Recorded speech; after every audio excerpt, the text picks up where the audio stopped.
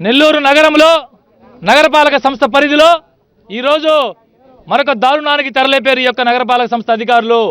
ఎక్కడా లేని విధంగా కేవలం ఈ ప్రాంతంలో మాత్రమే ఎవరికి అడ్డం లేకపోయినా ఎటువంటి ఇబ్బంది లేకపోయినా ఈ ప్రాంతంలో కొంతమంది బడా నాయకులకి పెద్ద నాయకులకి కొమ్ము కాసేదానికి ఇక్కడ ఉన్నటువంటి 54 ఇళ్లని తక్షణమే తొలగించాలా. ఈ ప్రాంతం నగర నడిబొడ్లు ఎక్కడా కూడా లేదు, ప్రధాన రహదారికి అడ్డంగా లేదు, ట్రాఫిక్ అంతరాయంగా లేదు, ఏ రకమైన ఇబ్బంది లేకపోయినప్పటికీ ఇక్కడ ఉన్నటువంటి అధికార పార్టీ నాయకులు మంత్రి గారు ఈ యొక్క ప్రభుత్వ స్థలంలో ఇదంతా ప్రభుత్వ గోడౌన్లు ఇవన్నీ ఖాళీ చేయించి ఇక్కడ తనకు చెందినటువంటి నారాయణ విద్యా సంస్థ కాలేజ్ పెట్టాలని చెప్పి దుర్మార్గపు ఆలోచన చేసి ఈ యొక్క పేదవాళ్ళకి కడుపు కొట్టాలని చూడడం చాలా దుర్మార్గం. రాబోయే రోజుల్లో ప్రజలు తగిన విధంగా వీళ్ళందరికీ గుణపాఠం చెప్పేదానికి సిద్ధంగా ఉన్నారు.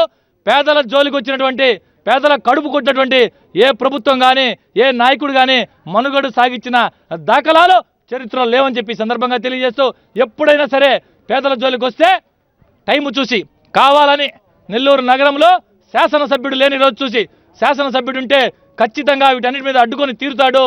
ఈ గతంలో కూడా ఎన్నో సందర్భాల్లో ఎన్నో దగ్గర అడ్డుకొని తీరాడని చెప్పి ఎప్పుడైతే శాసనసభ్యుడు నంద్యాల ఉప ఎన్నికలకి నంద్యాలలో ఉన్న పరిస్థితి చూసి దొంగ దెబ్బ తీయాలని చెప్పి ఈరోజు ఉదయాన అధికార యంత్రాంగం అంతా తీసుకొచ్చి అధికార ఇదితో ఈరోజు వీళ్ళందరినీ కూడా ఈ ఇళ్ళని కూడా కూలగొట్టే ప్రయత్నం చేస్తున్నారు. ఇది చాలా దుర్మార్గం. ప్రజలంతా కూడా గమనిస్తూ ఉన్నారు. రాబోయే రోజుల్లో వీరికి తగిన గుణపాఠం తగిన రీతిలో చెప్తారని చెప్పి ఈ సందర్భంగా తెలియజేస్తాం. ఆక్రమణల తొలగింపుకి ఏమాత్రం వ్యతిరేకం కాదు. అయితే ఆ తొలగించే ప్రక్రియలో ఎవరైతే ఆ బాధితుడు ఉన్నాడో ఆ ఇంట్లో నివసిస్తున్నాడో ఆ బాధితుడికి ప్రత్యామ్నాయంగా వారికి కావాల్సినటువంటి ప్రత్యామ్నాయ మార్గాలు చూపించి మరొక ప్రాంతంలో ఇళ్ళు చూపించి నివాసయోగ్యమైనటువంటి ఇళ్ళు చూపించి వారికి కావాల్సినటువంటి కనీస మౌలిక సదుపాయాలు త్రాగునీరు, రోడ్డు, కరెంటు తదితర మౌలిక సదుపాయాలు కల్పన చేస్తే ఇక్కడ ఉన్నటువంటి ప్రతి ఒక్క పేదవాడు కూడా వెళ్ళిపోయేదానికి సిద్ధంగా ఉన్నారు. అయినప్పటికీ గతంలో 3 సంవత్సరాల క్రితం ఇదే నెల్లూరు నగరంలో ముత్తుకూరు రోడ్లో తెల్లవారుజాములో ఇదే అధికార మదంతో కావాలని చెప్పి అప్పుడే ఎవాక్యుయేషన్ చేస్తే ఈ రోజుకి కూడా వాళ్ళకి కనీస మౌలిక సదుపాయాలు కల్పించినటువంటి దాఖలాలు లేవు.